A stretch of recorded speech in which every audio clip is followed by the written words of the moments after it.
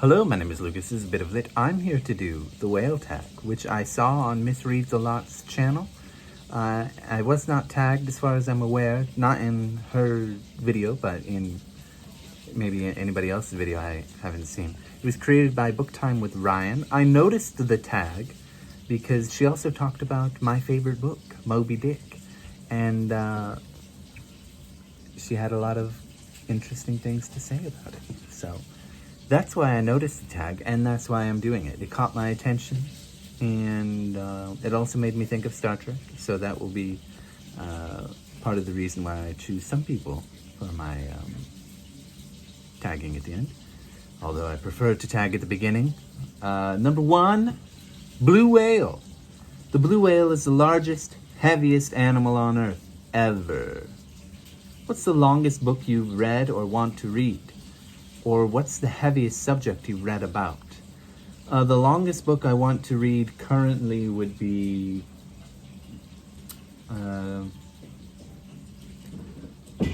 Karenina. I haven't read it yet. I keep meaning to. I've had lots of opportunities with other people getting into it lately, but I just haven't gotten to it. I love Leo Tolstoy's work. And then actually the heaviest subject I've ever read, there's a book, I forget the name of the author, but it's called Red Famine. And it's about the Holodomor, which is about Ukrainian famine caused by Soviet Russia. And yeah, it's deep, dark, and bleak and depressing.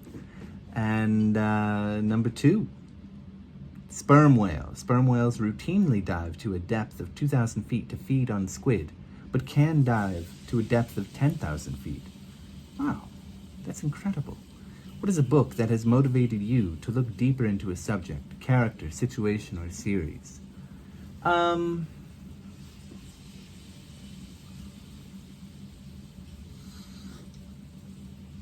I guess one book, well, it'd be a number of books. Lots of books that have sort of literary references to the Bible have made me want to read the Bible, because it's been an incredibly long time since I've read it, and I'm going through it very slowly. But yeah, lots of books that have biblical references. I'd like to read it again on my own and try to understand it, or understand those stories and see what value it has. And I've been enjoying it so far. The Bible is pretty cool to read, I suppose. Number 3, humpback whale. Humpback whales sing long, complex songs they have in common with other individual humpback whales. These songs can change uniformly for entire groups of whales. What is a book that has changed meaning for you over the years? Why did it change? That is a really good question. I think I would have to say, over the years, definitely it's got to be Kurt Vonnegut's work. You can choose either Cat's Cradle or Slaughterhouse-Five. The first time, we'll pick Slaughterhouse-Five. The first time I read it, I was enamored with it. I just thought, this is an incredible book that I don't fully understand. And then, how many times have I read it? I think I've read Cat's Cradle 4 times. I think I've read that 3 times, maybe. The second time I read it, I was like, this is really immature and dumb and annoying, and I don't like it. But I recently reread it about a month ago, as I've been going through Kurt Vonnegut's novels, which I've largely hated. But I found that, he manages to pull through, and when he's writing about something really serious, he's actually decent. So Slaughterhouse-Five has changed throughout the years for me. Certainly just Kurt Vonnegut in general. I really enjoyed his work much more when I was younger, and I really think his work only makes sense and is enjoyable if you are a young man, basically. And that's when I first was introduced to him and thought he was incredible. Now I think he's a terrible author, by and large, but Slaughterhouse-Five has been up and down and back up for me. Not too far up, but enough to say that I do enjoy it. Number 4, orcas. Orcas, or killer whales, are incredibly smart social whales. Dolphins! They're dolphins, come on. What's a book you felt was especially smart, fiction or nonfiction, and made you really think? Well, I'm gonna just go with Moby Dick. I've never read it abridged. I've only ever read it unabridged. I wonder if you can hear my girlfriend cooking. She's making some fried, I don't even know what, eggplant and pork thing inside. I don't know. Sounds really good. Smells good. But yeah, Moby Dick is just an enigma to me. It's amazing, and yet I don't understand how it works. How do the parts, even the terribly boring, the terribly boring whale anatomy and whaling philosophy and this kind of thing parts work? For me, and it could just be me making excuses, for me, the primary reason why I still enjoy those parts is because it puts me in the mindset of Ahab. And I think that's not necessarily what's intended, but I don't care. I'm going to tell myself that's what was intended, because all I'm thinking about is, where is Moby Dick? Where is this whale? Why are we talking about other whales? I don't care. I want Moby Dick. Yeah, the white whale. And who else thinks like that? Oh, right, Captain Ahab. So, and also just, I mean, the philosophical elements to it and just human aspects of it are deeply moving. So I think it's really, really clever. And it also is a book that has lots of biblical allusions as well as Shakespearean allusions. So that would be another. I could also have said Moby Dick. It makes me want to read Shakespeare and the Bible. Number 5, beluga. Belugas are nicknamed the canaries of the seas because of the sounds they make. What's a book you wanted to talk to others about after reading it? Why? I want to talk about every book after I've read it. I always tell my mortal enemy, Mr. Nothing from Around the Weird, about every book. Maybe not too much, but I always make a video about every book I read. And I'll privately message him about some thoughts of mine, especially if I think he'll be interested or if I'm making fun of the book. And so, number 6, narwhal. These questions are really good, I think. Male narwhals, known as the unicorns of the seas, have 2 teeth, including one long spiraling tooth that can grow nearly 9 feet long. What's a book you heard great things about before reading, only to discover it was less magical after reading it? Off the top of my head, maybe the Percy Jackson series, but I didn't read it as a kid. I heard about it as a kid. I read it as an adult, just to see what it was about. This was at the beginning of Harry Potter's downfall in the court of public opinion, rightfully so, and I thought I would give it a shot. And I just found it annoying. I thought there were cool elements to it, but I just found Percy really annoying. But, yeah, not a bad book.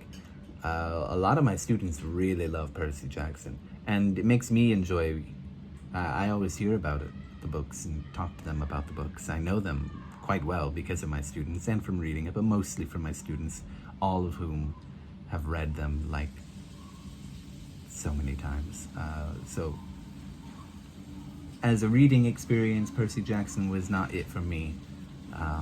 Maybe because I grew out of that phase. I just found Percy to be particularly boring and annoying.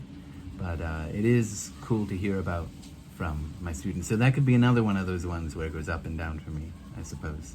Mixed feelings, changed for me. I didn't like it when I read it, but I like it more because all my students really love it. So, good book. Good series, I suppose. Atlantic Gray Whale. No. Sorry, number 7, Bowhead Whale. While it's evident bowhead whales live well beyond 100 years of age, there's evidence they may live to be 200 years old. What is the oldest book in your collection, or what book has been in your collection the longest? I don't know about in my collection in America. It's been too long. But here, my oldest book is probably from 2017 or 2018 when I first moved to China, so not too old. And it's probably the collection of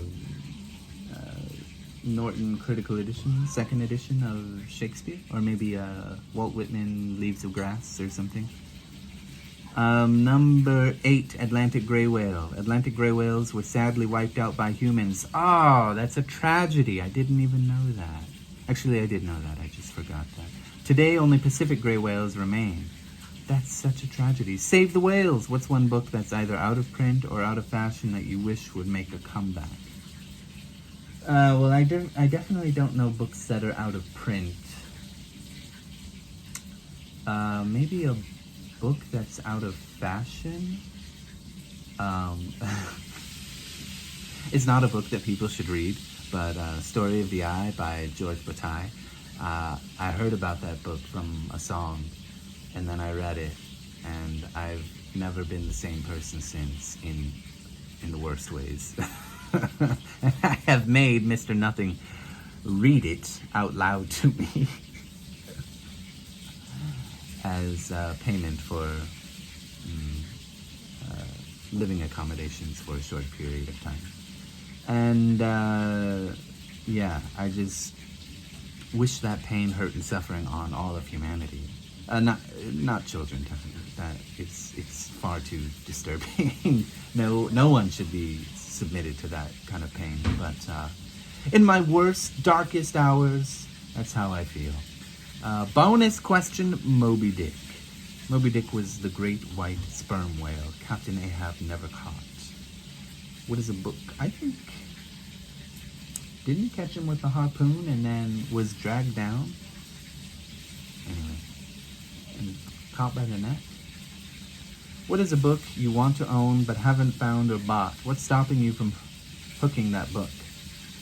Well, he does hook him with the harpoon, doesn't he? Am I wrong? Am I remembering it wrong? Anyway, the book that I want to own is the 4th in the Legend of Condor series, something about a heart. It's got an orange cover. There's a specific volume that I want that has an orange cover. The thing that's stopping me now is that it's not, one, I'm in lockdown, and deliveries are just not possible, really. And it's not been in the bookstore. But the other edition of it has been. I really want that, because the artist for those covers is amazing. And it's a great series. So, thank you. Oh, I forgot that we should, scientists tag whales to help study their behaviors, such as migration. Tag 5 booktubers to complete this tag, and remember, save the whales. Lots of the people that I would have tagged have already been tagged, from what I've seen. So I'm going to say P. English Literature, Around the Weird, Another Bibliophile Reads, Revenant Reads, because, live long and prosper and all that. As soon as I saw this tag, I immediately thought of the Star Trek movie, where they save the whales. And that made me think of Revenant Reads. And Jim's books, reading, and stuff. So, I look forward to what everybody has to say. Thank you.